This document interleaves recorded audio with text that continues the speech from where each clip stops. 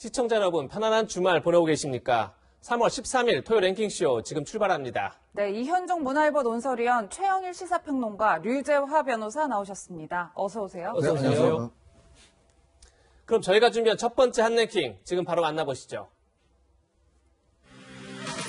오늘의 첫 번째 핫랭킹은 신뢰위기 LH, 신뢰위기 부동산 대책입니다. 어제 경기 성남시에서 LH 전북지역 본부장을 지낸 고위 간부가 숨진 채 발견돼 큰 충격을 줬는데요. 오늘 오전 경기 파주에서 또 다른 LH 직원이 숨진 채 발견됐습니다. 사회부 취재기자 연결해 자세한 소식 들어보겠습니다. 이민준 기자, 자세한 소식 전해주시죠. 네, LH에 근무하는 50대 남성 직원이 숨진 채 발견된 건 오늘 오전 10시쯤입니다. 경기도 파주시에 있는 농가와 비닐하우스 밀집 지역에서 발견됐는데요. 발견 당시 이미 남성은 숨진 상태였던 걸로 알려졌습니다. 앞서 경찰은 이 남성에 대한 실종 신고를 받고 수색에 나섰는데요. 서울에 사는 남성의 가족이 LH 직원인 남성이 집에 들어오지 않았고 이상한 내용의 문자를 보냈다며 신고한 걸로 전해졌습니다. 숨진 채 발견된 남성은 파주에 있는 LH에서 근무해온 걸로 확인됐습니다. 앞서 어제 오전 경기 성남시 분당구 아파트 화단에서 LH 전북지역 본부장을 지낸 고위 간부가 숨진 채 발견됐는데 하루 만에 또 다른 LH 직원이 숨진 채 발견되면서 파장이 클 걸로 예상됩니다. 오늘 숨진 채 발견된 남성이 최근 LH 투기 의혹과 관련한 수사 대상인지 등은 파악되지 않았습니다. 추가 소식이 나오는 대로 다시 전해드리겠습니다. 지금까지 사회부에서 전해드렸습니다. 예, 최열 평론가님, 아직까지는 이 직원이 투기 의혹 관련된지 전혀 알 수 없는 그런 상황이죠. 투기 의혹 관련이 있는지는 알 수 없지만 어제 LH 고위 간부가 숨진 채 발견됐는데 오늘 또다시 50대 LH 직원이 숨진 채 발견됐어요. 상당히 충격적이에요. 네, 오늘 나온 소식은 조금 전에 나온 속보기 때문에 이건 또 우리가 좀 내용을 들여다봐야 되겠습니다만 일단 어제 전해진 숨진 인물은 지금 고위직이에요. 그래서 전 전북 본부장을 지냈고 그리고 지금은 이제 이 분당에서 이제 숨진 채 발견이 됐는데 이 유서의 내용이 일부 보도가 되고 있습니다. 이 책임을 통감한다라는 이야기가 있고요. 국민에게 송구하다라는 이야기도 있다고 합니다. 그런데 이제 내용을 들여다보니까 이번에 그 13명의 직위 해제된 직원들이 있었죠. 예. 그중에 3명 정도가 이 전북 본부장으로 이 사망한 분이 재직할 때 함께 일했던 아마 후배 동료로 지금 보여지거든요. 그런 면에서 또 여러 가지로 더 개인적인 괴로움이 있었을 것으로 추정은 됩니다. 지금 이제 두 번째 사례까지 나왔는데 돌아가신 분들의 심경을 우리가 뭐 어떻게 헤아릴 수 있겠습니까만은 저는 지금 이게 2009년에 토지공사와 주택공사가 합쳐지면서 LH가 지금 뭐 10,000명 가까운 직원이거든요. 그런데 그중에 이제 일부 투기에 가담한 사람들이 드러나고 있는 가운데 수사 대상이 돼 있죠. 전수조사도 해야 되고 차명까지도 다 드러내라. 발본 3권의 이야기가 내려져 있는 가운데 이 안에는 또 청렴하게 열심히 일했던 분들도 함께 계실 거란 말이죠. 그렇죠. 그런 측면에서 우리가 오히려 더 고통스러워하는 분은 이제 투기보다는 열심히 일했던 분들이 아닐까 하는 생각도 우리가 함께 헤아리면서 지금 일주일 동안 LH가 이제 국민 공분의 대상이 되고 있고 그건 어쩔 수 없는 지금 상황이라고 봅니다. 그리고 우리는 모든 의혹을 다 드러내야 하는 그런 단계에 와 있는데 그럼에도 불구하고 조금은 우리가 이성적으로 또 이제 이렇게 고통을 느끼고 계신 분들에 대해서는 과도한 비난은 자제해야 되는 시점 아닌가 하는 생각도 함께 해봅니다. 네, 변호사님 과도한 비난을 삼가해달라는 말씀해 주셨는데 실제로 연이틀 상당히 충격적인 소식이 전해지고 있어요. 전국적으로 대대적으로 수사가 확대되다 보니까 LH 직원들의 이 심적 부담감이 상당할 것 같아요. 네, 실제로 아마 굉장한 부담감 속에 지금 일을 하고 있을 겁니다. 이게 보통 사건도 아니고 전 국민의 이목이 지금 이 사건에 집중되고 있지 않습니까? 게다가 경찰 주도로 굉장히 대대적인 수사가 진행되고 있습니다. 일반인의 경우 일반 형사사건으로 경찰서 그 철제 의자에 앉아서 수사를 받는 것 자체만으로도 굉장히 사실 압박감이 있거든요. 그런데 지금 이 사건 같은 경우에는 거기에서 더 나아가서 이게 온 국민이 그 결과를 지켜보고 있고 굉장한 도덕적 비난도 지금 가하고 있단 말이에요. 그리고 나중에 형사처벌을 받게 된다면 일반적인 어떤 형사사건보다 훨씬 더 가중된 이렇게 무거운 형을 받을 가능성도 높습니다. 그런 점에서 비춰봤을 때 나중에 꼭 유죄 판결을 받지 않는다고 하더라도 그 유죄 무죄 판결을 받는 데 이르기까지 LH 직원들이 지금 겪어야 할 고통은 아마 상당히 심할 것이고 따라서 지금 이제 부담감도 굉장히 클 겁니다. 네. 네, 어제에 이어서 오늘 또다시 LH 직원이 숨진 채 발견되는 등 LH가 창사 이래 최대 위기를 맞고 있습니다. 정세균 국무총리는 LH를 두고 이런 말을 했습니다. 들어보시죠. 이번에 문제를 일으킨 LH와 임직원은 과연 더 이상 이 기관이 필요한가에 대한 국민적 질타에 답해야 할 것입니다. LH에 대한 국민의 신뢰는 회복 불능으로 추락했습니다. LH가 본연의 임무를 제대로 수행할 수 있도록 경제부총리를 중심으로 기존의 병폐를 도려내고 환골탈태하는 혁신 방안을 마련토록 하겠습니다. 네, 조금 전에 들으신 것처럼 LH에 대한 신뢰는 회복 불능으로 추락했다. 기존 병폐를 도려내고 환골탈태하는 혁신 방안을 만들겠다. 굉장히 강도 높게 지금 정부가 LH에 대해서 혁신을 주문하고 있는데 이현정 의원님, 네. 경찰 수사도 굉장히 LH 직원들에게 부담이겠지만 지금 정부 입장에서는 환골탈태 혁신을 하겠다. 이것도 LH 직원들 입장에 상당한 부담을 작용할 것 같아요. 그렇죠. 지금 LH가 뭐 국민적 지탄의 대상은 되고 있지만 우리가 한번 냉정하게 한번 생각을 해보면요. 과연 그럼 LH가 없어지면 이런 문제가 없어질까? 예. 이렇게 생각하면 그건 아닙니다. 왜냐하면 LH라는 그 조직 자체가 2009년도에 토지공사와 주택공사가 합병이 되면서 매머드 조직이 됐어요. 10,000명 조직이 됐고 또 이게 공기업 지방 이전 때문에 진주에 지금 내려가 있습니다. 예. 자, 그런데 지금 LH가 이제 주로 이 신도시나 토지의 개발, 주택 개발 이걸 이제 전담하고 있잖아요. 네. 그러면 이 조직 자체의 어떤 정보력이 집중될 수밖에 없습니다. 자, 그렇다 보니까 우리가 신도시 개발을 하잖아요. 이번 3기 신도시만 하더라도 돈이 얼마 풀린가 하면 60조가 풀립니다. 토지 보상금으로. 예. 그러면 이 막대한 돈이 풀리기 때문에 즉 누가 정보를 선점하냐에 따라서 그 이득을 가져갈 수가 있는 거예요. 그러니까 그 유혹에서 과연 LH가 벗어날 수 있는가라는 문제죠. 지금 정부가 1기, 2기, 3기 이제 신도시 개발을 통해서 주택 공급을 하고 있는데 과연 이런 방식의 대규모적인 신도시 개발 이게 엄청난 돈들이 풀리는 거거든요. 이 돈들이 풀리면 어디 가겠습니까? 결국 토지 소유자들한테 가게 되고 이 토지 소유자들은 또 이거를 강남이라든지 또 돈 되는데 다 투자를 하게 됩니다. 그럼 또 집값이 연쇄적으로 상승을 해요. 그러니까 이게 악순환이 계속되는 것이죠. 그러니까 근본적으로 LH라는 조직의 문제가 아니라 부동산 정책의 어떤 기본적인 이 틀 속에서 LH라는 조직이 정보력을 갖고 있으니까 결국 부패할 수밖에 없는 구조가 아닌가라는 이제 그런 측면이 있는 것이고 그렇기 때문에 지금 정 총리가 LH 해체 문제를 이야기를 하지만 그럼 LH가 없어지면 공공주택은 누가 개발하겠습니까? 그러니까 이 조직은 어떤 식이든지 있을 수밖에 없어요. 그러면 LH라는 조직이 이런 정보를 남용하지 않도록 감시하고 견제하는 기능을 해야 되는데 지금 LH를 보면요. 첫 번째로 일단 지방에 내려가 있습니다. 네. 중앙의 통제가 잘 미치지 않는 고립된 데 있어요. 자, 그리고 거기에 상임감사가 있습니다. 이 상임감사라는 조직 자체가 이제 내부 직원들을 감시하는 조직인데요. 그게 지금 낙하산 인사가 가 있어요. 민주당 인사가 가 있습니다. 자, 이 전문적인 감사를 하는 사람이 아니라 이 낙하산 인사가 가 있으니 과연 내부 통제가 되겠습니까? 이제 그렇다 보니까 또 이게 이제 여러 가지 정보가 기본적으로 예전에는 국가정보원이 이제 국내 파트가 있었어요. 이 국내 파트가 주로 이제 물론 뭐 사찰 문제 때문에 문제가 돼서 국내 파트가 없어졌지만 또 순기능적인 측면이 뭐냐 하면 이런 공기업이나 정부기관의 어떤 비위나 이런 것들을 감시하고 수집하는 기능들이 있었어요. 그리고 또 검찰의 범죄정보 수집 기능이 있었습니다. 그것이 있으면서 사전에 이런 비리들을 미리 파악해서 했는데 문제는 이 두 기능이 전부 다 사실은 지금 무력화되어 버렸어요. 그러니까 이런 비리 자체가 있더라도 사전에 지금 이번에 민변이 폭로해서 내부 직원의 폭로해서 그렇지 미리 감시할 수 있는 시스템이 거의 없어져 버린 상황이에요. 자, 이런 상황에서 그냥 LH 직원들만 지금 막 수사하고 문제 던진다고 해체한다고 그러면 그럼 앞으로 공공주택 누가 하겠습니까? 그리고 또 이런 어떤 할 수 있는 기관들을 또 만들면 거기는 그러면 비리가 없겠습니까? 그러니까 정부가 지금 이런 여론을 생각해서 LH만 없으면 모든 것이 해결된다. 이런 방식보다는 기본적인 부동산 정책, 그 다음에 감시 기능을 어떻게 이제 할 것이냐 문제. 이런 문제를 좀 복합적으로 저는 생각했다는 생각이 듭니다. 네. 예. 정치권 인사가 LH의 감사를 맡고 있어서 비위를 사전에 차단하지 못했다. 이 부분은 이현정 의원님의 개인 의견이라는 점 밝혀드립니다. 네, 상황이 이런 가운데 결국 변창흠 국토부 장관 어제 사퇴의 뜻을 밝혔습니다. 그 목소리 듣고 오시겠습니다. 변창흠 국토부 장관이 오늘 문재인 대통령에게 사의를 밝혔습니다. 이에 대해 대통령은 책임지는 모습을 보일 수밖에 없다고 생각한다. 다만 이사 대책의 차질 없는 추진이 매우 중요하다.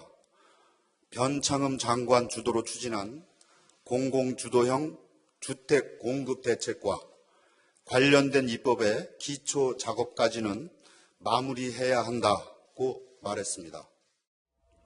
네, 이야기를 종합해 보면 변 장관의 이제 사의는 수용하지만 사표는 당장 수리하지 않겠다 이런 입장인데 뭐 일각에서는 시한부 장관이다, 뭐 어정쩡한 선택이다 이런 지적들도 나오고 있는 상황이에요. 맞습니다. 그런데 뭐 어떤 공직이라도 인수인계는 필요하죠. 우리가 회사에서 뭐 말단 직원도 본인이 다른 부서로 옮겨가거나 회사를 그만둘 때는 당연히 맡고 있던 크고 작은 업무에 인수인계를 해야 됩니다. 그런데 이 시간이 전 길 수 없다고 생각하고 길어서도 안 된다고 생각해요.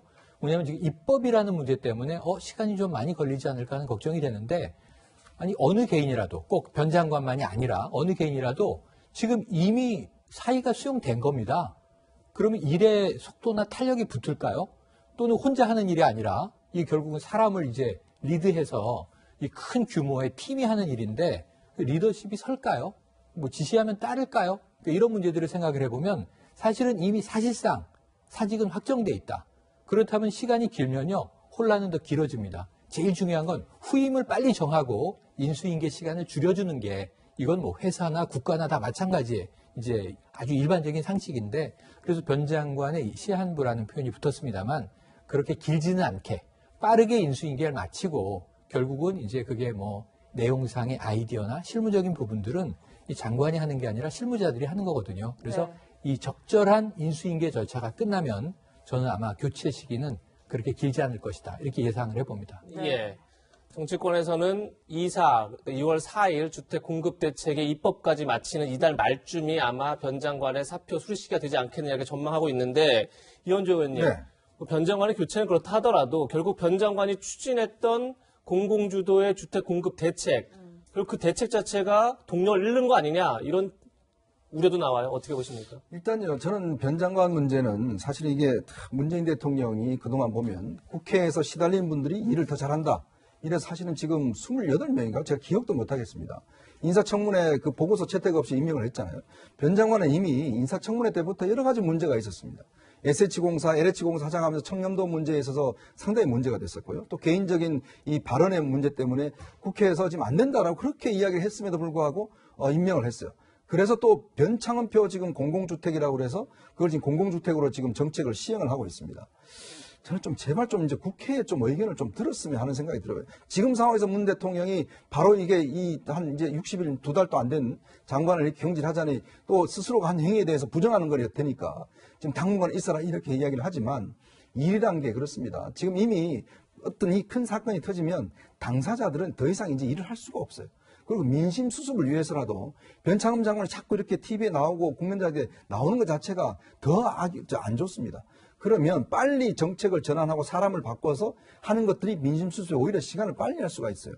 더군다나 지금 공공주택 문제는요. 지금 이제 정부가 뭐 밀어붙인다고 이야기를 하지만 현실적으로 그럴 수밖에 없는 이유가 뭐냐면 지금 이 LH 직원들의 지금 투기가 단지 지금 광명시흥만 아니라 지금 이번에 신도시 발표된 8개 지역에 다 광범위에 퍼져 있잖아요. 그러면 거기에 있는 땅을 판 사람이라든지 이런 분들이 과연 이걸 지금 용납하겠습니까? 지금 뭐 시위가 다 벌어지고 있잖아요. 네. 근데 그걸 어떻게 밀어붙이겠습니까? 그리고 또 이 투기를 어느 정도 했는지도 지금 나오지도 않았잖아요. 그러면 결국 이 투기를 한 사람한테 우리가 땅을 수용할 수도 없어요. 그러면 이 땅을 가지고 있는 분은 벌금 얼마 내고 자신의 이득을 그대로 갖습니다. 그럼 이 구조를 그런 국민들이 납득하겠습니까? 예를 들어서 지금 뭐 이제서야 법을 만든다고 이야기를 하지만 몰수 못합니다. 그리고 이분들 땅 사는 것들 나중에 뭐 벌금 얼마 내면 끝나는 거예요. 결국 이분들은 이득만 다 얻치고 LH에서 사퇴하더라도 결국 이득은 가져가는 거거든요. 그걸 국민들이 용납하겠습니까? 그렇기 때문에 저는 이 정책을 자꾸 밀어붙인다고 되는 문제는 아니잖아요. 그래서 이 수사가 끝날 때까지 결국 왜냐하면 어느 정도의 투기가 이루어졌는지 그게 과연 정당한 방법이 해졌는지 이걸 어떻게 또 환수할 건지 이런 부분에 대한 국민들한테 좀 납득할 만한 대책이 있고 난 다음에 개발을 해야지 지금 그냥 개발을 계속한다 그러면 이득 본 사람은 이득 보고 그렇지 않은 사람은 그냥 국민들 입장에서 보면 그 이득 자체가 그런 나쁜 정보를 가지고 이용한 사람을 간다라는 게 이게 과연 공정하냐 그런 문제를 제기할 수 있잖아요. 저는 그래서 이 정책을 밀어붙이는 것만이 능사가 아니다 이런 말씀을 드리고 싶습니다. 네, 뭐 상황이 이렇게까지 꼬인 데는 변창흠 장관의 과거 발언도 적지 않은 영향을 미쳤다는 지적이 나왔습니다. 논란이 된 변 장관의 발언 들어보겠습니다. 저도 평소에 투격제를 위해서 지속적으로 제도 개선을 노력해왔고 또 실행하려고 노력을 했는데 결과적으로 또 일부의 일탈이 나타났습니다만 조사 결과에 따라서 제가 책임질 수 있는 부분이 있으면 책임지고 그냥 넘어갔다, 봐줬다, 방치했다 이런 정도의 책임입니까? 어떤 책임이 있으면 사퇴 의사를 표명하겠습니까? 그래서 저는 지금 현재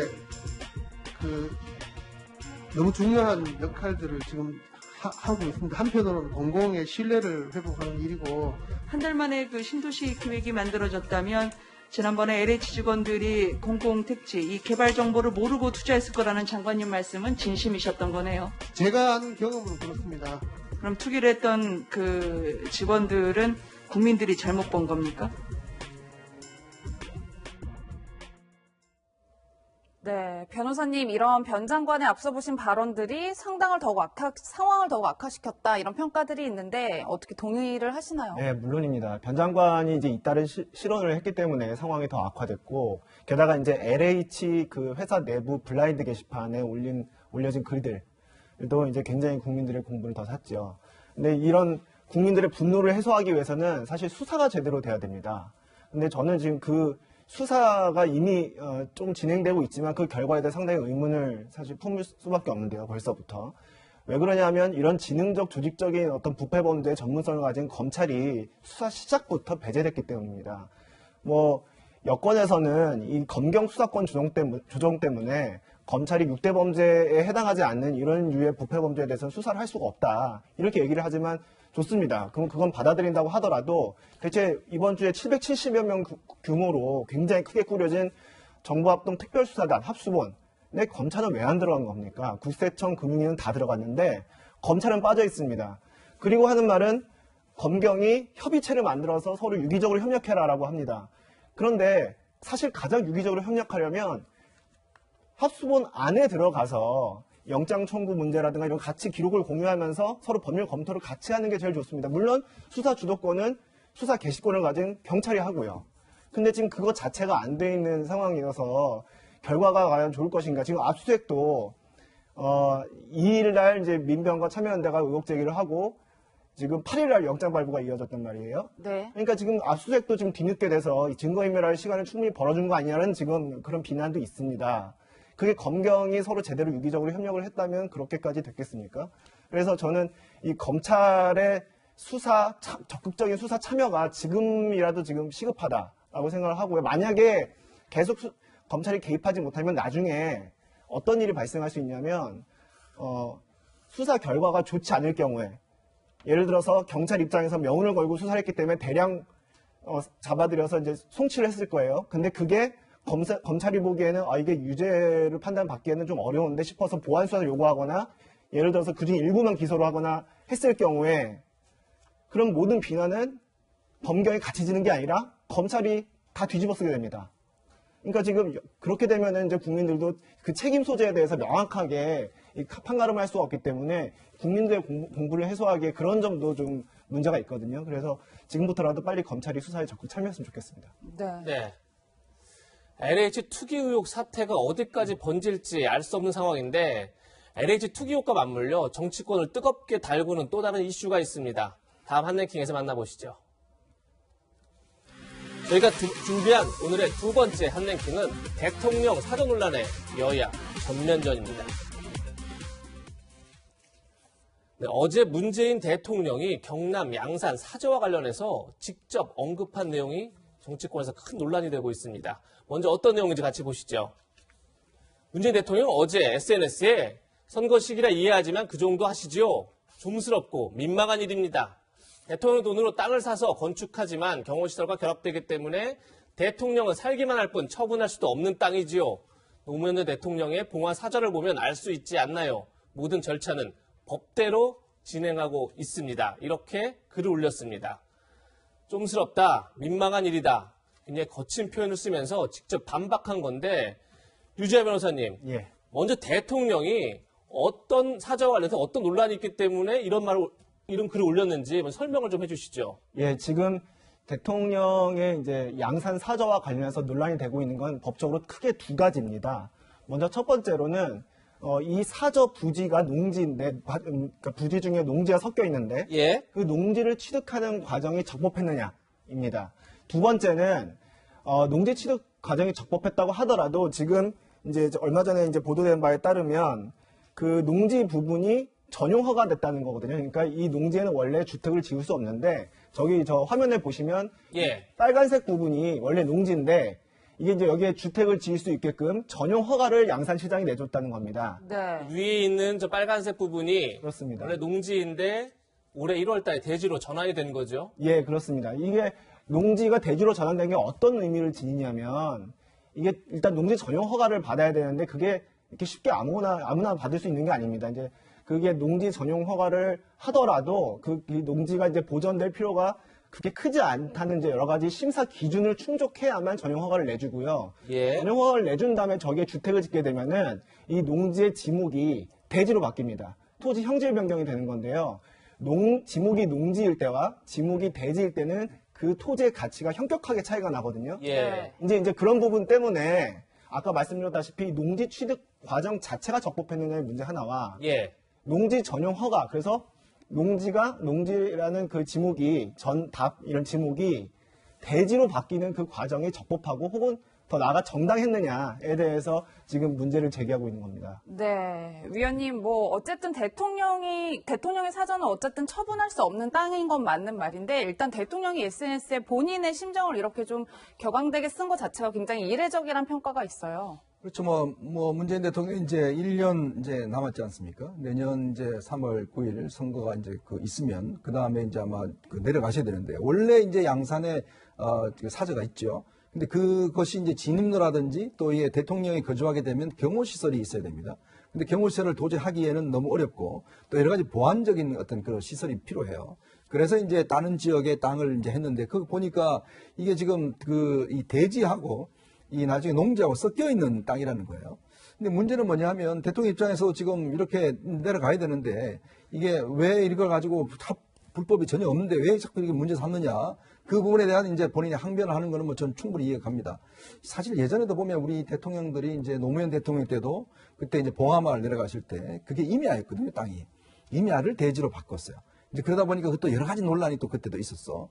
그리고 또, 지금 이명박 전 대통령 같은 경우는 내곡동에 땅을 하다가 그는 또 특검까지 했지 않습니까? 그렇죠. 결국 또 논현동으로 다시 돌아왔어요. 예. 그러니까 역대 대통령들이 이제 퇴임 이후에 사저 문제가 항상 이제 문제가 돼 왔는데 문제 핵심은 이번에는 그런 것 같습니다. 지금 LH 직원들이 어떤 방식이냐면 농지를 살 때 이 이제 농사를 지으려면 우리가 경자 유전의 원칙에 따라서 영농 활동 계획서를 냅니다. 예. 그러면 내가 1년에 뭘 심고 어떤 거 하겠다. 그리고 내 경력이 얼마나 된다. 이런 것들을 다 써내야 돼요. 그렇죠. 그래야지만이 농지를 소유할 수가 있습니다.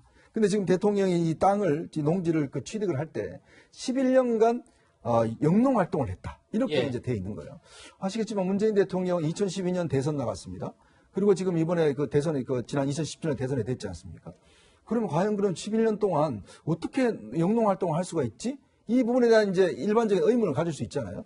영농 활동 하려면 가서 농사도 짓고 나무도 심어야 되고 하는데 과연 그 활동을 할 수가 있는가? 근데 김정숙 여사는 이제 한 번도 하지 않았다 이렇게 돼 있습니다. 영농 활동이 0년이다. 없다. 그렇죠. 이렇게 없다 이렇게 거죠. 돼 있어요. 예. 그러면 이 부분에 대한 이제 의문. 근데 이번에 LH 직원들이 한 것도 보면 영농 활동을 했다라고 해서 했는데 문제는 이게 이제 나중에 수용이 되면 결국은 이게 농지라도 상당한 수익을 얻을 수가 있는 거거든요. 그렇기 때문에 이번 같은 경우도 보면 아마 땅을 사보신 분들은 알겠지만 이 토지 형질 변경이 얼마나 어려운지는 굉장히 아마 아실 거예요. 예를 들어서 산이 임야지 않습니까? 임야를 좀 깎아내고 이걸 택지로 바꾸면 이 땅값이요. 거의 한 10배, 20배 뜁니다. 그러면 토지 소유주 입장에서는 이게 이제 자치단체장들이 권한이 있거든요. 그래서 이거를 바꾸기 위해서 굉장히 애를 써요.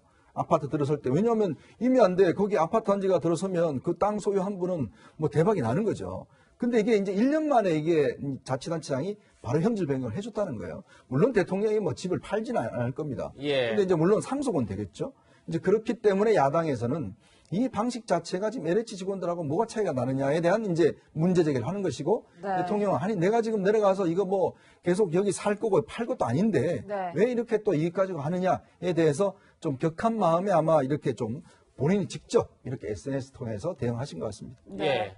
그 대통령이 퇴임 후에 살 사절을 위해서 농지를 취득했는데 그 과정이 적법했느냐, 그리고 농지가 대지로 바뀌는 과정 속에서 문제가 없느냐, 이런 지금 정치권의 논란 속에 대통령이 직접 반박글을 올리자 오늘 아침에 제가 확인해보니 13,000건 이상의 댓글이 달렸습니다.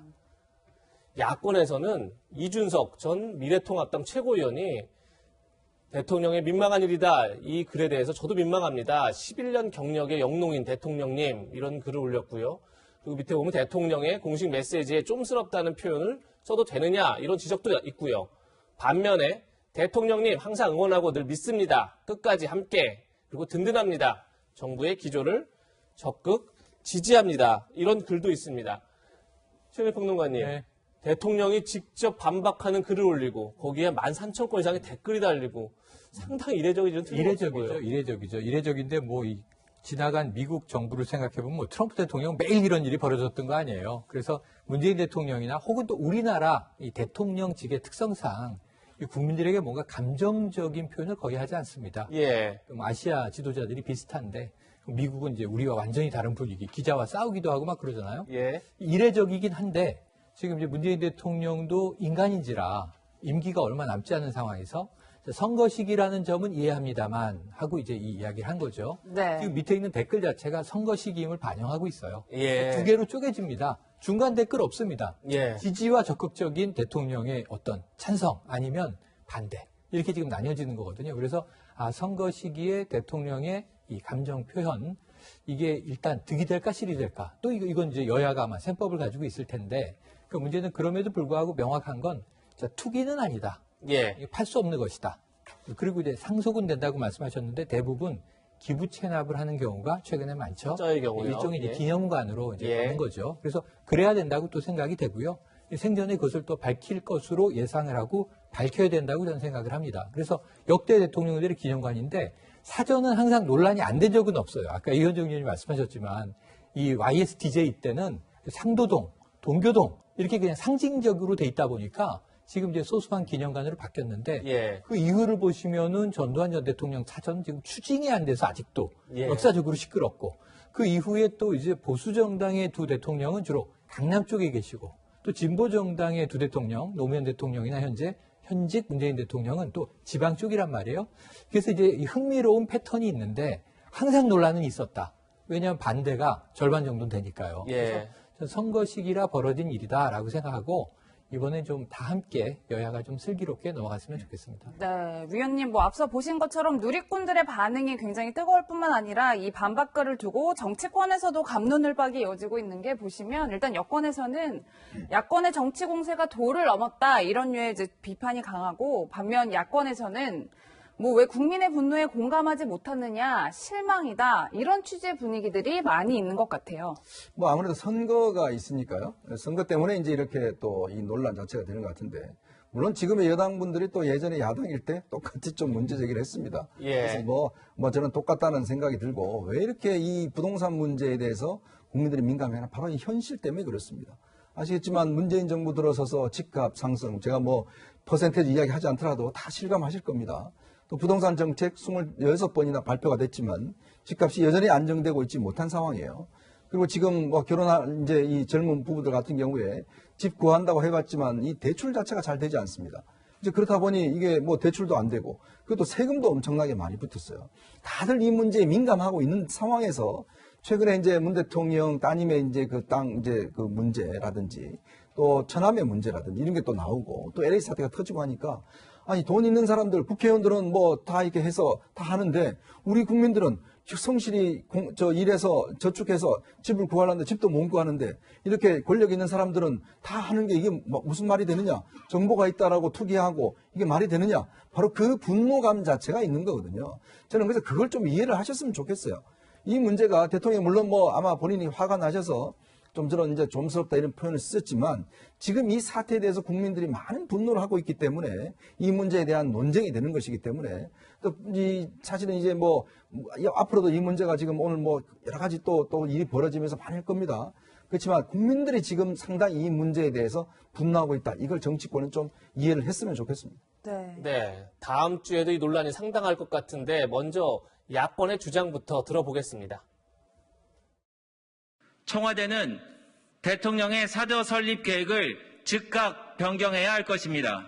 양산 사저 부지를 매입해서 형질 변경까지 했다는 농지는 원상 복구해서 농민들께 돌려드려야 될 것입니다. 이 문제들이 해결되지 않는 한 BH도 결국 LH와 다르지 않다는 소문이 굳어질 것입니다. 대통령마저 부끄러운 줄 모르고 영농 경력 11년이라면서 농지를 사들였습니다. 그리고 매주 주말 농사 지으러 내려간다고 아예 대놓고 거짓말을 하고 있습니다. 이런 정권에서 제대로 된 부동산 투기 조사가 이루어질 리 만무합니다. 그런 조사 결과를 국민들이 어떻게 믿을 수 있겠습니까? 야권에서는 BH와 LH가 다르지 않을 거다. 아까 BH라는 건 블루하우스, 이제 청와대를 영문으로 보통 BH 이렇게 줄여 부르는데, 최영일 평론가님, 조금 전에도 뭐 투기 의혹까지는 지나치다, 투기는 없다, 라고 말씀을 하셨는데, 그래도 불구하고 조금 전 이현종 의원님도 말씀하신 것처럼 아무래도 현재 부동산에 대한 불만들이 거기 같이 반영된 게 아닌가 싶어요. 그럼에도 좀 야권의 지적이 지나치다 뭐 이런 지적도 나옵니다. 지금 LH가 지금 이 두 분 사망 소식을 오늘 전해드렸잖아요. 그래서 우리가 조금 이성적으로 생각하자, 대응하자 이런 말씀을 드렸는데 지금 선거가 오면요. 국민들보다 정치권이 난리예요. 그러니까 이 LH 사태는 국민 모두에게 불행한 일입니다. 그러니까 공공주택 토지 서비스를 해야 되는 공사가 막대한 예산과 인력을 보유하고 있는 곳이 지금 이 LH는요 자산 규모가 184조예요. 쿠팡이 상장했는데 70조랍니다. 쿠팡보다 2배 큰 거 아닙니까? 시총으로 따지면요. 그러한 이 국가의 자산을 운영하는 기업이에요. 근데 여긴 수익을 남기는 게 아니에요. 국민을 위한 서비스를 하는 곳이죠. 그러니까 여기가 바로되게 만들기 위한 엄중한 일이 지금 벌어진 거죠. 작게 봐도 이게 모럴 해저드, 도덕적 해이가 내부에 있었던 거고 크게 보면 국민들이 얻어야 할 혜택을 투기로 가로채는 거 아닙니까? 다만 이게 얼마 정도 규모냐 이게 지금 중요한 거죠. 무고한 분이 피해를 당하면 안 되고 LH 직원 중에도 다수의 청렴한 분들 정말 이 조직의 목적에 부합하게 열심히 일한 분들이 피해를 받거나 자괴감에 빠지면 안 되고 하지만 발본색원해야 될 범죄는 뿌리를 뽑아야 되고 이런 중차대한 일을 우리가 국가적 과제로 앞에 두고 있는데 선거에서는 우리가 이렇게 얘기해요. 야 이거 야당에게는 호재구나. 호재입니까? 야당에게? 국민들이 피눈물을 흘리는 일이 야당에게 호재예요? 선거 때문에 과도한 말, 지금 나오는 게 말이잖아요. BH와 LH가 똑같다. 신조어처럼 말장난일 수는 있지만 어떻게 청와대와 토지주택공사가 똑같습니까? 하는 일도 다르고 역할도 다르고 상황도 다른데 그래서 전 이러한 공세를 이 기회를 잡았으니까 고삐를 늦추지 말자보다는 오히려 더 본질적으로 국민 공감에 부응해서 야당이 자 그렇다면 LH를 어떻게 개혁할 건지 정부는 빨리 청사진을 내시오 이런 주장을 하고요. 국민들의 울분을 오히려 지금 제도적으로 풀 수 있는 방법 그럼 이해충돌 방지법 빨리 처리해줘야 되는 거 아닙니까? 이 여당은 지금 이상직 의원 사태 터졌을 때 야당은 이 박덕흠 의원 사태 터졌을 때 아니 이 돈의 규모를 보세요. 개인들의 비리가 그래서 이 규모의 문제 때문에 그러면은 그 상임위에는 들어가면 안 되게 하자. 이해충돌 방지하자. 이 얘기가 나왔는데 안 하고 있다가 지금 그 얘기가 반복되고 있는데 입법 안 하고 지금 선거 전에만 뛰어들어 있잖아요. 저는 여야 의원 모두 반성하시기 바랍니다. 네. 야권에서 지적하는 대통령의 영농 경력 11년과 관련해 지난해 노영민 전 비서실장은 이런 입장을 밝혔었습니다. 들어보시겠습니다. 이 농지와 청와대의 거리가 372km입니다. 이 372km 떨어진 거리에 있는 분이 농사를 짓는다. 이걸 어느 국민이 믿겠습니까? 현재 이 농지는 지금 등기 이전된 게 지금 얼마 되지 않습니다. 대통령께서 이거 신청하실 때, 계획서 제출하실 때는 제중량 영농거리를 공랑으로 보셨습니다. 그리고 영농경력은 11년으로 표기를 하셨습니다. 영농경력 11년 어떻게 나온 겁니까? 네, 기존 내곡동 사저에서 농지법상의 농작물을 경작하거나 언제 취득하는지 아십니까? 2009년에 취득했습니다. 그 20평 상당의 그 농지에서 영농 11년을 지금까지 하셨다는 건데 대통령 하시고 국회의원 하시고 이러시면서 어떻게 그렇게 20평이나 되는 땅을 양산해서 경영을 하셨다는 겁니까? 저희들이 대외적으로 공개할 수는 없습니다만 주말에 양산에 가셔서 네, 변호사님 청와대 이야기를 들어보니까 이제 주말에 양산에 가서 이제 농작물 경작을 했다는 설명인 것 같은데 법적으로는 문제가 없다는 입장이에요. 실제로 그런지가 궁금한데요. 예, 뭐 그거야 이제 사실관계를 살펴보고 농지법 위반 여부를 검토해 봐야 되는데요. 아까 이제 이현정 의원 말씀하셨듯이 우리 헌법은 121조에서 경자 유전의 원칙을 얘기하고 있습니다. 경자 유전의 원칙이라면 뭐냐면 쉽게 말해서 농사를 짓는 사람이 농지를 소유해야 한다는 뜻이에요. 네. 그래서 이제 농지법은 이제 그런 취지를 그대로 담으면서 농지를 취득하는 과정에 농지 취득 자격증명을 받아야 되고, 그리고 농지를 취득한 이후에는 농업인으로서, 경자로서 계속 그 농지를 활용해야겠죠. 그러면 이제 농업인은 무엇이냐, 그게 문제가 되는데요. 우리 농지법은 농업인의 정의를 명확하게 하고 있습니다. 먼저 농사활동을 1000평방미터 이상의 농지에 농사활동을 해야 됩니다. 또는 연간 농산물 판매액이 1200만 원 이상이 되어야 됩니다. 아니면 1년 중 90일 이상을 농사를 지어야 합니다. 아마 주말마다 양산에 갔다는 얘기는 이 조항을 염두에 두신 것 같아요. 근데 그 사실관계는 확인을 해봐야겠지만, 만약에 이러이러한 요건들 중 하나를 충족시키지 못한 상태에서 농지를 계속 보유하고 있거나, 혹은 그럴 생각이 없으면서 허위로 농업경영계획서를 내서 농지 취득 자격 증명을 받았다면 그건 농지법 위반이 되겠습니다. 네. 매 정권 후반기마다 대통령 사저를 둘러싼 논란이 커지고 있는데요. 감정에 치우치기보다 좀 더 냉정한 논쟁이 필요해 보입니다. 그럼 저희는 다음 세 번째 핫랭킹 이어가겠습니다. 저희가 준비한 세 번째 핫랭킹은 보궐선거도 기승전 윤석열. 먼저 새로 나온 차기 대선 여론조사 결과를 하나 보고 이야기를 이어가겠습니다. 어제 한국갤럽에서 발표한 차기 정치 지도자 선호도 추이인데요. 윤석열 전 검찰총장과 이재명 경기도지사가 24%로 동률을 이뤘습니다. 그리고 이낙연 전 민주당 대표가 11%입니다. 그런데 흥미로운 건 윤석열 전 검찰총장이 2월 달에 9%에서 24%로 15%포인트가 뛰었다는 점입니다. 최영일 평론가님. 네. 확실히 윤 전 총장이 총장 사퇴 이후 사퇴 컨벤션 효과를 보고 있다, 뭐 이런 얘기를 하고 있는데 혹시 그래 보여요? 그 부분도 가만히 되는데 예. 지금 이 여권 내부의 원로 정치인으로부터도 이게 바람 같은 건 아닐 것이다. 예. 그러니까 왜냐하면 이제 일전에 그 이재명 경기지사에게 이 지지율에 대해서 묻는 질문에 지지율은 바람 같은 것입니다, 이런 답변이 나왔거든요. 그렇죠. 물론 우리도 경험합니다. 예. 올랐다 내렸다가 이게 요동을 치기도 하죠. 그런데 올해 초에 들어와서 지난해 내내 야권 차기 대권 주자 1위를 지켰던 윤석열 총장이, 물론 여야 합하면은 뭐 이제 1등은 없었어요. 그런데 이제 야권에서는 이제 선두권을 지켰어요. 그런데 올 초에 뚝 떨어졌단 말입니다. 예. 한 자릿수 떨어지기도 하고. 그래서 추윤 갈등의 효과가 빠지는구나. 박범계 법무부 장관으로 교체되고 추미애 장관은 정말 지난해 연말을 보면 우리가 초유해보는 일들이 많이 있었죠. 이게 수사지휘권 2번이나 발동했고요. 직무배제, 징계. 그런데 이 부분에서 이제 추 장관이 물러나고 박 장관은 조금 부드러운 톤으로 이제 협력을 강조하면서 드라이브를 걸었는데, 그래도 인사 때마다 이제 또 격돌이 좀 보였습니다만, 그러니까 이제 역시 때려주는 사람이 없으니까 이것은 자체 발광이 아니라 반사 효과였던 것이구나. 추 장관이 사라지니 윤석열 총장은 정치적인 지지도는 빠지는 것 같다. 근데 여기서 엄청난 자체 발광이라는 게, 자, 언론과 인터뷰하죠. 중대본 강력 비판하죠. 이 대구 고검 방문했을 때 그야말로 검수완박, 이 부패완판, 이런 또 신조어를 만들어내죠. 다음날 사직을 했는데, 이게 지난번에 말씀드렸지만 법조 기자는 사표, 정치부 기자는 출사표, 해석이 달랐단 말이죠.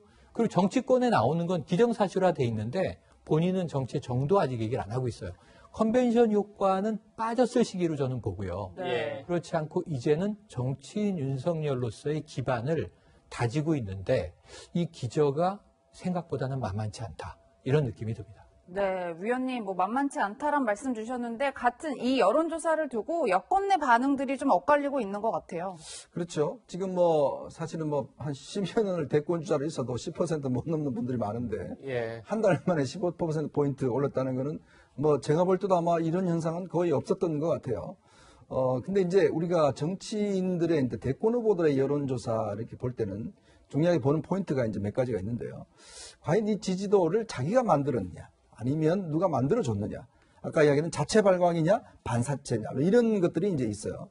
그럼 뭐냐면 그동안 좋은 평가를 받아오던 아주 뭐 검증도 안 받고 그렇게 하늘 위에 이렇게 붕 떠신 분이 있다가 땅에 내려왔을 때의 어떤 이 나타나는 부분들 아니면 정말 힘들게 많은 검증과 모든 걸 거치면서 이제 만들었던 지지도 이게 어떤 깨지는 정도가 다르다는 거죠. 네. 사실은 이렇게 갑작스럽게 붕 뜬 지지도는 빨리 깨질 수가 있다는 겁니다. 왜냐하면 거기에 조금의 이 지지도의 지지했던 것과 다른 요소가 나타나 버리면 완전히 이제 상쇄해 버리는 거거든요.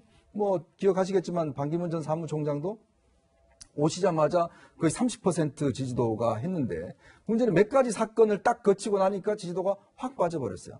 이제 그런 걸 대표적인데 지금 이제 여당 내에서도 이 지지도를 분석을 할 때 뭐 이제 희망 섞인 뭐 여당 입장에서 보면 희망 섞인 이거는 뭐 금방 떨어질 것이다 예전에 받지 않느냐라고 하는 분이 있는 반면 좀 더 냉정하게 보는 분들은 이거 쉽게 깨질 지지도가 아니다. 왜냐 이 지지도를 누가 만들어줬냐는 거예요.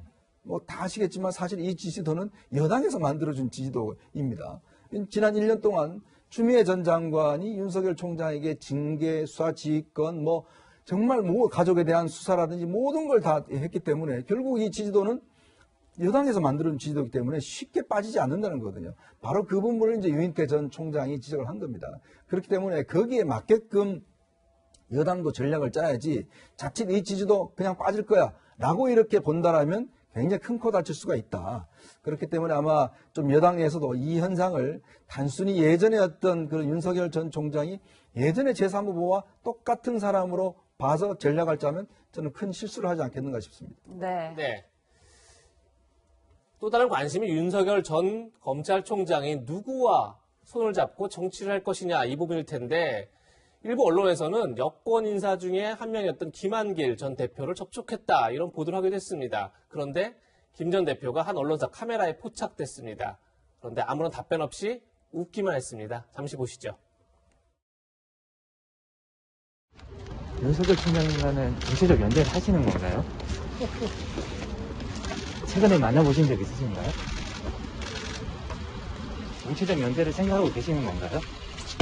만나보신 적 있으세요?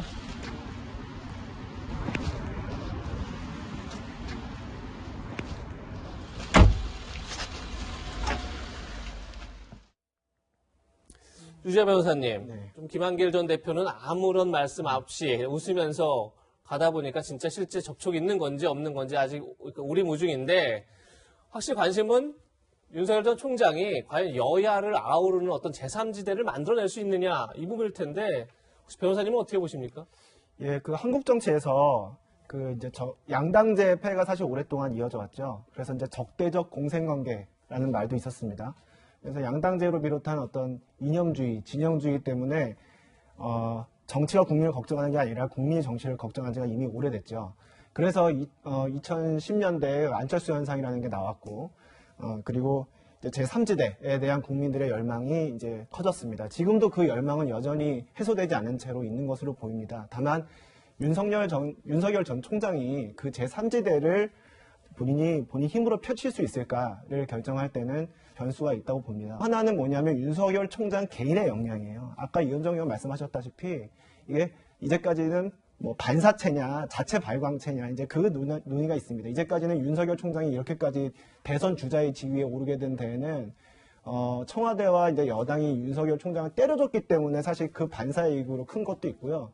또 본인이 이제 지금 주 종목으로 하고 있는 형사사법에 대한 이슈가 터질 때마다 적절하게 메시지를 던지면서 존재감을 키워왔거든요. 그런데 우리 그 국가 운영을 하려면 형사사법만 있는 게 아니고 다양한 게 있기 때문에 그런 쪽으로도 윤석열 총장이 자기 아젠다를 가지고 자기 역량을 보여야 제3지대에서 자기 텐트를 펼칠 수 있을 것 같습니다. 네, 지금부터는 이재명 지사 소식을 좀 짚어볼 텐데요. 평론가님, 네. 최근에 그 민주당 당원 게시판에 그 LH 투기 의혹을 폭로한 배우가 이재명 지사 측이다 이런 설이 돌고 있다고 해요. 네네. 이런 글이 왜 올라오고 있는 건가요? 맞습니다. 뭐 일부 이 사실관계는 있습니다. 뭐냐면 이제 민변이 발표한 거잖아요. 이 지난주 화요일로 건너가면 처음에 13명의 LH 직원이 이 특히 광명과 시흥 지구에 지금 투기 의혹이 있다라고 발표하면서 이게 이렇게 커진 거거든요. 그런데 이제 이 민변 안에 소속돼 있는 변호사, 법조인들이죠. 이 중에 한 2명 정도가 이재명 지사와 관계가 있다는 거예요. 근데 예를 들면 여권, 야권을 따지면 이런 식의 이제 인맥은 흔히 있을 수 있는 것이어서 그런데 어찌 보면 또 이 민주당 지지층 내에서 이재명 지사를 반대하는 소수의 그룹에서 이 정보를 뒤지다 보니 이재명 지사 측근이 이번에 민변이 이제 참여연대와 함께 터트린 일에 기획자였던 것이 아니냐라는 이제 의심을 게시판에 적은 게 퍼지면서 지금 어찌 보면은 이제 조금 민주당 내에서는 곤혹스러운 상황입니다. 이 친 이재명, 반 이재명 또 이제 이런 양상으로 흐를 수 있거든요. 그래서 여기에 대해서는 뭐 이재명 지사 쪽에서는 이제 펄쩍 뛰는 일이고 민주당 내에서도 별 신빙성이 없다 이렇게 보고 있는데 문제는 이제 이러한 하나의 음모론이 어느 정도 퍼져나갈지에 따라서 민주당 내에서는 이게 또 뜨거운 감자가 될 것이냐, 그냥 이제 이 저찻잔 속의 태풍으로 지나갈 것이냐, 지금 조심조심하고 있는 상황이죠. 네. 네. 이재명 지사를 둘러싼 음모론은 지금 LH 투기 의혹만 아닙니다. 최근에는 지난 9일이었죠. 이낙연 전 대표가 주재한 마지막 당무회의 참석 때 좌석 배정을 놓고 충돌이 있었다. 뭐 이런 보도도 있었습니다. 그러다 보니까 뭐 LH 사태 폭로 배우설뿐이 아니라 방금 얘기했던 좌석 배치 갈등설, 또 이낙연 전 대표가 달걀을 맞은 적이 있었죠. 그런데 그 단체와 뭐 관련이 있다. 또 지난달에는 민주당 탈당설 얘기도 막 있고 했었는데 그러다 보니까 이재명 지사 쪽에서는 이건 지난달 8일 언론 인터뷰에서 한 얘기인데 민주당 지지자, 문재인 대통령님의 지지자 그분들이 압도적으로 나를 응원하고 있는데 내가 왜 나가느냐, 응원하지 않더라도 나가면 안 되죠. 이거 탈당설을 강력 부인한 거고요. 또 지난 10일에는 이 지사가 이런 글을 올렸습니다. 지상 최대의 이간 작전이 시작됐다. 갑자기 민주당 내 갈등을 부추기는 근거 없는 낭설과 가짜 뉴스가 넘쳐나고 있다. 이렇게 맞받아친 건데요. 이현정 의원님, 물론 이제 대선이 그만 가까워왔다. 이렇게 볼 수도 있고 또 이제 민주당 내에 지지층들 사이에서 여러 가지 지금 뭐 음모론도 나오고 있고 어떻게 좀 지켜보고 계십니까? 지상 최대 이간 작전을 누가 하죠? 언론이 합니까? 그러니까 이 포인트가 저는 이재명 지사가 뭐 언론을 정한테 이야기를 했는데 사실은 이 지상 최대 이간 작전 과연 누구 보고 한 이야기일까? 저는 조금 되짚어 보면 결국 지금 이제 윤석열 총장의 등장, 그다음에 4.7 재보궐선거의 결과에 따라서 저는 여권이 굉장한 어떤 대권 후보 경쟁으로 빨리 갈 가능성이 있다라고 보여져요. 그 이유는 뭐냐면 그동안 이재명 지사가 이제 1위를 유지해 왔지 않습니까? 근데 윤석열 총장이 나타나면서 1위를 뺏겼어요. 일부 조사에서. 그럼 여당 내에서 당신 1등 아니네? 압도적인 거 아니네? 이런 이제 이야기가 나올 수 있는 거죠. 그 이야기는 뭐냐면 예전에 노무현 대통령이 등장했을 때 그때 노무현 대통령 처음에 지지도가 몇 퍼센트였냐면 1.6%였습니다. 자, 그래서 대통령이 됐어요. 정몽준 후보와 후보 단일화 등등을 통해서. 자, 그러면 정세균, 이낙연 이분들 같은 경우도 지금 지지율은 뭐 정세균 총리 같은 경우 5% 뭐 이렇게 나오시지만 나 다 될 수 있다. 당신만 대선은 아니다. 바로 이제 그 원칙을 허물어 버린 거예요. 자, 그런 상황이고. 그러면 4월 7일 재보궐선거 결과에 따라서 예를 들어서 서울과 부산을 다 이겼을 경우 여당이 그러면 아마 이낙연 대표가 상당히 영향을 받을 겁니다. 왜냐? 본인이 후보를 내자고 했고 또 당원도 바꿨고 그리고 본인이 당대표였지 않습니까? 또 선대위원장이고. 자, 그러면 이것에 대한 힘을 받게 되겠죠. 근데 만약에 두 선거 다 지게 되면 어떻게 될까요? 결국 이낙연 전 대표의 영향력이 상당히 줄어들 겁니다. 그러면 이재명 지사 입장에서 보면 당이 이렇게 지금 힘든데 지금 윤석열 총장과 대응할 수 있는 나밖에 없지 않냐? 그래서 대세론을 주장을 할 거예요. 바로 이제 그런 지점들이 이제 양측 캠프 간에 어떤 여러 가지 신경전을 벌이게 만드는 겁니다. 이날 당무회도요. 사실은 이날은 이낙연 전 대표의 날이었거든요. 본인이 정말 당을 이제 대표직을 대선 출마를 위해서 그만두면서 1년 전에 그만둬야 되니까 자기를 만든 장인데 갑자기 이재명 지사가 왔다는 거예요. 근데 이재명 지사 쪽에서는 미리 온다고 연락했다라고 이야기를 하고 있는데 갑자기 와서 자리 문제 때문에 왜냐? 언론들이 누구를 비출 것이냐가 중요하지 않습니까? 언론 카메라가 이낙연 지사를 향할 것이냐 아니면 두 사람이 같이 있는 장면을 찍을 것이냐에 따라서 이낙연 대표는 마지막 날 정말 나를 위한 자리인데 왜 거기에 이재명 지사가 나오느냐. 바로 그 부분이거든요. 전 이 일이 앞으로 많이 벌어질 겁니다. 그리고 이 4.7 선거 결과에 따라서 상당히 양측 간의 대결 또 거기에 정세균 총리까지 참전하게 되면 여당의 대권 구도는 굉장한 치열한 다툼이 벌어질 것 같습니다. 네, 지금까지 정치권 소식 짚어봤는데요. 이번에는 영화보다 더 영화 같은 미스터리 사건 만나보시겠습니다. 네 번째 한 랭킹 소개합니다. 네 번째 한 랭킹, 누구의 딸인가? 전대미문 미스터리. 구미에서 혼자 숨진 채 발견된 3살 여자아이 사건, 많은 국민들의 공분을 샀는데요.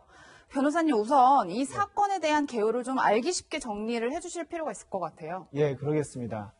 먼저 지난달에 2021년 2월에 경북 구미 빌라에서 만 3세의 A 양이 숨진 채 발견됐습니다. 네. 그래서 이제 그때 이후에 A 양의 엄마라고 지금 된 그 김 씨입니다. 엄마에 대해서 이제 바로 구속영장이 청구가 됐고요. 제목은 살인죄와 아동복지법 위반입니다. 청구가 돼서 이제 이 사건은 굉장히 충격적이고 안타까운 사건이지만 이제 그렇게 정리가 되는 걸로 이제 가고 있었는데 갑자기 이제 보호감독 의무인 친권자가 누군지 명확하게 하기 위해 형식적으로 DNA 검사를 했더니 네. 엄마와 이 숨진 아이와의 DNA가 일치하지 않는 겁니다. 그래서 굉장히 당황한 경찰이 이게 무슨 일인가 싶어서 DNA 수사 결과는 99.9% 그건 정확하거든요. 네. 그래서 이게 무슨 일인가 싶어서 그 외할머니 신고한 그러니까 처음에 빌라에서 아이가 숨진 채 발견됐다는 것을 신고한 외할머니의 DNA 검사를 해봤더니 외할머니가 알고 보니 외할머니가 아니고 친모였던 겁니다. 네. 지금 그래서 지금 사건이 굉장히 지금 미궁 속에 빠져들고 있는데요. 지금 그 이후에 그럼 경찰은 성급히 그 외할머니에 대해서도 구속영장을 청구했고 그게 발부됐습니다. 근데 이번에는 또 제목이 뭐냐면 처음에 엄마로 알려진 그 김 씨의 딸이 있었다는 겁니다. 김 씨의 딸이 있었는데 예. 그 딸을 자기가 낳은 딸과 바꿔치기를 해서 미성년자 약취죄로 그 제목이 돼서 이제 구속영장이 발부됐어요. 그러니까 그리고 그 어머니 그 김모 씨의 딸은 알고 보니 지금 어디 있는지 알 수가 없는 것이고 네. 그 숨진 아이는 그 엄마인 줄 알았던 김모 씨의 딸이 아니라 여동생이었던 것이죠. 지금 그런 굉장히 미스테리한 그런 사건입니다. 예, 이 사건이 굉장히 복잡한데 저희가 아까 전에 준비했던 조금 전에 보였던 CG를 다시 한번 보면서 사건을 시간 순으로 다시 한번 정리를 해보겠습니다. 2015년 3, 4월 달인데 석씨 부부라고 하면 바로 숨진 아이의 처음에 외할머니로 알려졌던 분이 바로 석씨입니다. 석씨 부부가 아이가 있었던 구미의 한 빌라로 입주를 먼저 합니다. 그리고 2018년 1월 달에 석씨 부부의 딸 김모 씨가 딸을 출산했고요. 석씨 역시 그러니까 지금 숨진 A 양을 출산한 것으로 그렇게 추정되고 있습니다. 출산 후에 김 씨의 딸과 바꿔치기라는 게 아닌가 경찰은 좀 이렇게 보고 있는 겁니다. 2019년 2월 달에 김 씨 부부, 그 딸이죠. 그 딸이 숨진 A 양과 함께 빌라에 입주를 합니다. 그리고 나서 2020년 4월 달에 김 씨는 전 남편과 이혼을 하고 다시 2020년 7월 달에 현 남편과 재혼을 하면서 A 양을 방치한 채 남편 집으로 옮겼습니다. 그리고 2021년 2월, 그러니까 지난달에 A 양이 구미 빌라에서 숨진 채 발견됐는데 당연히 김 씨의 딸로 알고 경찰이 조사를 했는데 알고 봤더니 김 씨의 딸이 아니라 김 씨의 어머니였던 성모 씨의 딸이었다. 지금 이것이 가장 미스터리한 사건으로 남겨 있는데요. 유전자 검사 결과 친모로 밝혀진 여성, 그러니까 석씨죠. 석씨가 자신이 낳은 딸이 아니라고 계속 주장하고 있습니다. 영상 먼저 보고 다시 이야기 나눠가겠습니다. 친자 확인 검사가 잘못됐다고 생각하십니까?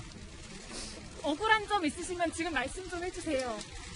지금 아니면 또 말씀하실 일 없을 텐데 억울한 거 있으면 한번 말씀해 보세요. 실리하게 많으실 것 같은데 한마디 해주세요. DNA 결과가 잘못됐다고 생각하세요? 네. DNA 결과가 잘못됐어요? 네. 어떤 부분이요? 어떤 점이 제일 억울하세요? 지금 아니면 하실 말씀.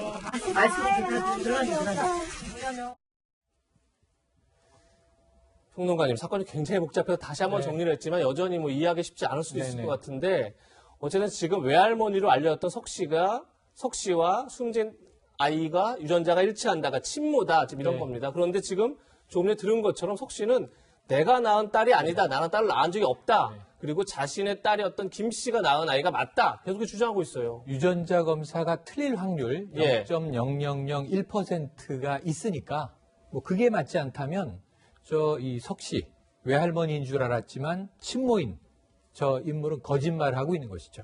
거짓말을 하고 있는데 국가수가 4번이나 맞습니다. 유전자 검사했다는 거죠. 틀리기가 어렵습니다. 틀릴 수가 없습니다. 지금 이제 핵심은 두 개예요. 두 가지가 핵심이에요. 왜 이렇게 됐는가예요. 그러니까 20대 김모 씨는 자기 딸인 줄 알았어요. 네. 그런데 전 남편과 사이가 나빠서 이혼하고 이렇게 이야기를 했습니다. 자꾸 딸을 보면 전 남편이 생각나서 보기 싫었다. 방치하고 난 나온 거다. 근데 이 아이가 사망에 이르게 된 데는 알고 보니 언니였지만 이 엄마라고 생각했던 김 씨의 죄는 큽니다. 이거는 뭐 동생이냐 딸이냐 상관없이 처벌받는 죄고요. 그렇죠. 그런데 문제는 지금 엉뚱하게 외할머니인 줄 알았더니 엄마였다. 이렇게 돼버린 상황인데 그러면 이 아이가 둘인 거예요. 즉 김 씨 20대 엄마의 출생 기록은 있어요. 외할머니 석 씨의 출생 기록은 없습니다. 그런데 지금 이 소년인 줄 알았던 이 여아가 딸인 것으로 확인된 상황에서 출산을 했다는 것을 부인할 수는 없어요. 과학적으로. 출산을 했으니까 딸이 지금 여기 있었던 거 아닙니까? 네. 사망해버렸지만 안타깝게도. 그러면 20대 김모 씨가 출산한 이 여아 비슷한 시기에 3살이 비슷하고 성별이 같고 이 하나는 어디 갔느냐는 거예요. 이게 지금 제일 심각한 문제예요. 혹시 석 씨만 출산했는데 딸의 아이로 위장해서 집어넣었던 것인가? 그럼 문제는 의료 기록이 존재하지 않아야 하죠. 이것은 집안에서 거짓으로 위장된 걸 테니까. 네. 그런데 문제는 이 출생 기록은 김 씨의 딸은 출산한 것으로 존재하고 석 씨는 출산한 기록이 없는데 석 씨의 딸로 과학적으로 확인이 됐으니 지금 3살 여아 하나가 사라진 겁니다. 여기서 이 미스터리가 풀려야 할 필요가 있고요. 그 이후에 이 외할머니로 알려졌던 석 씨는 왜 이런 거짓을 벌여야 했는가? 이게 밝혀져야 되겠죠. 네, 위원님 말씀처럼 그 실종된 여아를 찾는 것도 굉장히 시급한 문제가 될 수 있을 것 같은데 일단 경찰은 친부가 누구인지도 이제 집중을 하고 있는 것 같아요. 그런데 문제는 이 친엄마로 알려진 석 씨 있잖아요. 네, 그렇죠. 이 석 씨의 남편과 그 주변 인물들의 DNA를 검사하고 있는데 아무도 일치하는 자가 나오지 않는 게 문제인 거예요. 그렇습니다. 이게 이제 DNA 같은 경우는 정확한 게 우리가 화성 연쇄살인 사건 이춘재도 바로 이 DNA로 밝혀냈거든요. 그래서 이제 DNA 확인을 해보면 이 다 연기 사인이 나옵니다. 근데 지금 보니까 이 석 씨가 이제 만약에 그러면 석 씨가 남편이 그러면 애 아버지일 거 아니에요. 했더니 아닌 거예요. 또 그래서 이제 다른 어떤 지인 남성 2명을 또 조사를 했더니 그 사람도 아닌 겁니다. 그럼 도대체 누구냐는 거죠. 그러면 이제 왜 이걸 자꾸 찾느냐? 도대체 그러면 이 동기가 뭐냐는 겁니다. 이 살해의 동기가. 그래서 이제 전문가들은 뭐냐면 뭔가 불륜 때문에 낳은 아기였기 때문에 이걸 숨기기 위해서 딸의 애로 이제 바꾸고 그래서 바로 위층이에요 또. 그 애가 이제 발견됐을 때가 산 데가. 그러면 바로 위층에 애가 있었는데 그거를 위층에 사는 사람이 그 석 씨가 몰랐을까? 나중에 또 경찰에 신고한 것도 바로 석 씨입니다. 그렇죠. 애가 혼자 갔더니 거의 미라 상태예요. 그럼 그 오랫동안 주변에서 몰랐던가? 그러면 저 딸과 엄마 사이가 너무 안 좋았다고 아예 보지도 않았다는데 보지도 않은 사람이 아래 위층에 살 수가 있나요? 그것도 또 미스터리예요. 그러니까 저는 이 사건의 어떤 동기 그걸 찾기 위해서는 과연 이 애의 이 아버지가 누구냐 그걸 지금 찾는 작업을 경찰이 지금 계속 DNA 검사를 통해서 하고 있고 근데 본인은 지금 절대 부인하고 있습니다만은 그래야지만 이 사건에 뭔가 실마리가 좀 풀리지 않겠는가 싶습니다. 네. 네, 지금 미스테리가 여러 가지가 있는데 과연 조금 전에 이제 최영일 평론가 말씀하셨지만 그러면 딸 김 씨가 낳은 아이는 어디를 갔느냐 아이를 바꿔치기했다는 게 지금 경찰의 추정인 건데 과연 그러면 딸이 낳은 아이는 어디 갔는지가 최대 의문이 아닌가 싶습니다. 그렇죠. 변호사님, 자식을 낳고 손녀로 둔갑시켰다. 지금 이게 어쨌든 경찰의 추정인 건데 그렇다고 그러면 진짜 그 딸이 낳은 아이는 어디 갔는지를 찾아야 할 텐데 뭐 입양 가능성 등등을 보고 있는 것 같아요. 근데 이것을 풀어야 어떻게 보면 이 사건 전체의 그림을 그릴 수 있지 않을까 싶습니다. 예, 그렇습니다. 지금 이게 결국 확실하게 지금 현재 나온 팩트를 통해서 우리가 알 수 있는 확실한 사실은 뭐냐면 현재 석 씨는 거짓말을 하고 있다는 거예요. DNA에 반하는 진술을 하고 있다면 석 씨는 거짓말을 하고 있다는 거고 네. 지금 김 씨, 그러니까 처음에 엄마인 줄 알았던 그 김 씨 같은 경우에는 자기가 키운 딸이 내 딸인 줄 알았다는 거거든요. 예. 그러면 근데 이 진술이 사실일지도 지금 모르는 겁니다. 이거는 모르는 거고요. 그렇죠. 결국은 그럼 키는 거짓말하고 있는 석 씨와 그리고 석 씨와 함께 그 딸을 낳은 지금 현재 신혼 미상의 아버지를 찾고 그 두 사람의 진술을 통해서 그들과 김 씨, 그러니까 석 씨의 딸과 김 씨의 공모 여부를 더듬어 가는 방식으로 지금 이 사건의 실체를 규명해야 되는데 워낙에 지금 증거가 지금 부족하고 가장 중요한 인물인 석 씨가 거짓말하고 있는 상황에서 실체를 파악하기가 굉장히 어려운 상황입니다. 네. 미스터리한 사건 사고 소식까지 짚어봤습니다. 지금부터는 마지막 한 랭킹 만나보시겠습니다. 오늘의 한 랭킹, 바른생활 사나이의 처신 논란입니다.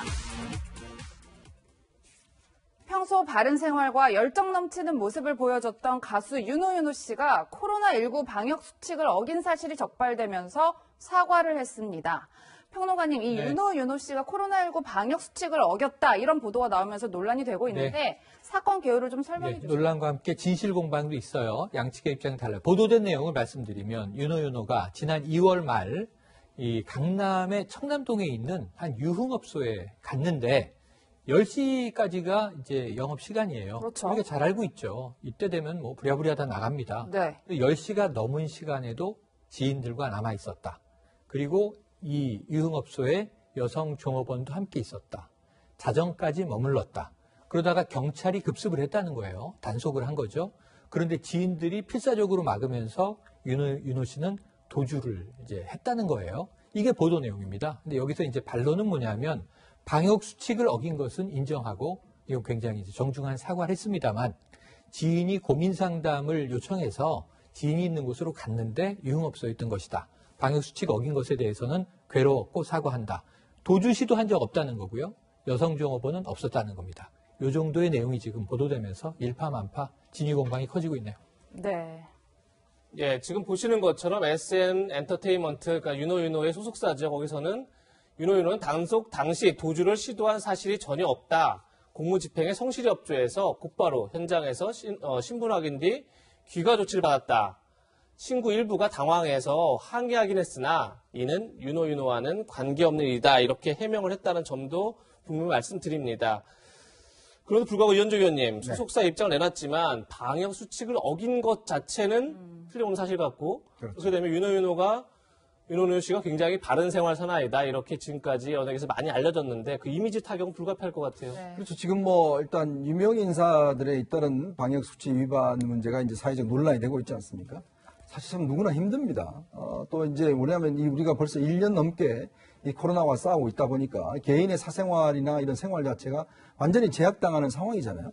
누구나 다 가서 뭐 밤늦게가 친구들과 이야기하고 싶기도 하고 놀고 싶기도 하죠. 그렇지만 이게 나만으로 끝나는 문제가 아니라 결국 상대방한테 피해를 주기 때문에 지금 하는 것이고 더군다나 좀 우리가 얼굴이 알려진 분들 같은 경우는 이런 것들에 대해서 대중적으로 상당히 악영향을 미칠 수 있기 때문에 굉장히 조심을 해야 되는데 지금 이제 윤호 씨의 이것만 놓고 보면 본인도 인정을 하고 있어요. 근데 거기에 또 여러 가지 지금 또 다른 의혹이 있기 때문에 이런 부분도 좀 빨리 해명을 해야 되지 않는가 싶습니다. 네. 공인의 처신 논란 지금 한번 짚어봤는데 마지막은 훈훈한 미담으로 이어가겠습니다. 먼저 영상 보고 이야기 나누겠습니다.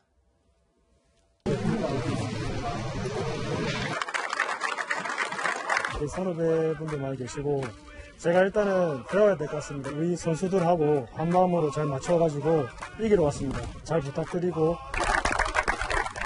사실 저한테 17번이라는 것은 굉장히 의미 있는 번호이고 어렸을 때부터 제가 해왔던 번호고 항상 제 이름 뒤에는 17번이 있었거든요. 정말 말하기가 굉장히 조심스러웠는데 이태양 선수가 언제 이렇게 양보해 주셔가지고 저는 정말 고마운 마음에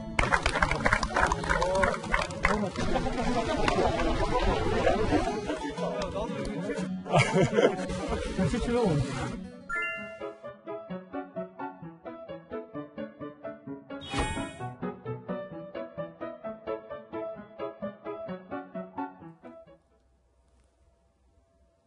국내 무대로 돌아온 추신수 선수의 통큰 선물이 화제가 되고 있는데요. 네. 평론가님, 자신에게 17번 등번을 양보한 이태양 선수에게 건넨 저 시계, 야. 국내에 단 하나밖에 없는 시계라면서요? 네네, 국내 하나밖에 없고요. 스위스 명품 브랜드의 시계입니다. 이건 다 수제품으로 만들어지고 가격이 무려 2천만 원.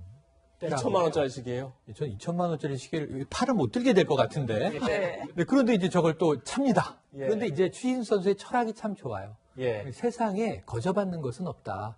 이 추신수에게 17번을 떼고 생각할 수 있겠느냐. 예. 자신의 백넘버를 받은 거예요. 이제 선수에게. 그러다 보니까 이 감사함은 갚아야 한다. 뭘 줄까 하다가 빨간색 시계예요. 상당히 이제 특이한 그러한 브랜드의 시계를 이태양 선수에게 주고, 이태양 선수 상당히 좀 이제 민망해 하면서도 또 고마운 마음으로 받았는데 훈훈한 장면이었어요. 전 이런 것들이 다 이번에 SSG 랜더스 이름 바뀌었죠. 그렇죠. 많은 분들이 쓱 랜더스 이렇게 부르는데 예. 이 새로운 구단에 상당히 활력을 주는 아름다운 장면으로 출발했다. 이런 점에서 굉장히 재밌는 뉴스로 봤습니다. 네. 실제로 선물을 받은 이태양 선수도 소감을 밝혔는데요. 영상으로 만나보시겠습니다. 제가 이거를 받아도 될지 모르겠는데 선배님께서 좋은 선물을 주셨으니까 저도 또 좋은 모습을 보여서 선배님이랑 같이 올 시즌 좋은 성적 내면 될 것 같아요. 이거는 죽을 때에도 차고 죽어야 되겠어요. 나중에 봐봐요. 저 죽으면 차고이 나중에. 네, 변호사님 후배 선수로서도 굉장히 의미 있는 일일 것 같은데 추신수 선수 그동안 꾸준하게 선행을 해왔던 것으로 유명하더라고요. 네. 뭐 추신수 선수가 이번에 이태양 선수한테 시계 선물한 거, 그리고 연봉 중에 일부를 기부했을 뿐만 아니라 보니까 예전에 이제 미국에 있을 때도 작년에 텍사스 마이너 리그에 있는 선수들이 굉장히 코로나19 때문에 제대로 이제 경기를 못하고 힘들어하니까 네. 각각 $1,000씩 이렇게 기부를 하는 그런 선행도 했다고 해요. 본인 돈으로요? 예. 자기 사비를 들어서 통 큰 선행을 했다고 하는데 네. 이런 사회공헌 활동에 모범을 보인 선수에게 주는 상이 이제 로베르토 클레멘테 상이라는 게 있는데 그 후보로 선정되기로 했답니다. 역시 실력도 좋고 인성도 좋은 추신수 선수인 것 같습니다. 네. 네. 이현주 의원님. 네. 이런 추신수 선수의 미담 같은 게 좀 많이 확산되면 좋겠어요. 그러니까 미국의 메이저리그는 저런 원칙이 있대요. 자기 등번호를 주게 될 경우에 반드시 보상을 해야 된다. 네. 사실 참 그거 맞잖아요. 왜냐하면 그렇죠. 아니 자기 유명한 선수라고 야 후배 너 번호 갖고 와 이렇게 하면 안 되잖아요. 그렇죠. 그게 어떤 면에서 보면 당연한 원칙들이 이제 처음으로 이제 국내에도 소개가 되는 겁니다. 예. 추신수 선수가 메이저리그의 어떤 풍토를 좀 국내에 이제 우리 야구계에도 들어와서 사실 정당한 거지 않습니까? 후배가 양보하면 그냥 대가를 주는 거고 상당히 좀 좋은 저는 전통인 것 같습니다. 네. 오늘 준비한 소식은 여기까지입니다. 세 분과는 여기서 인사드리겠습니다. 고맙습니다. 감사합니다. 저희 60초 광고 뒤에 돌아오겠습니다. 네, 저희는 다음 주 토요일 더욱 알찬 내용으로 찾아뵙겠습니다. 네, 시청해주신 여러분 고맙습니다.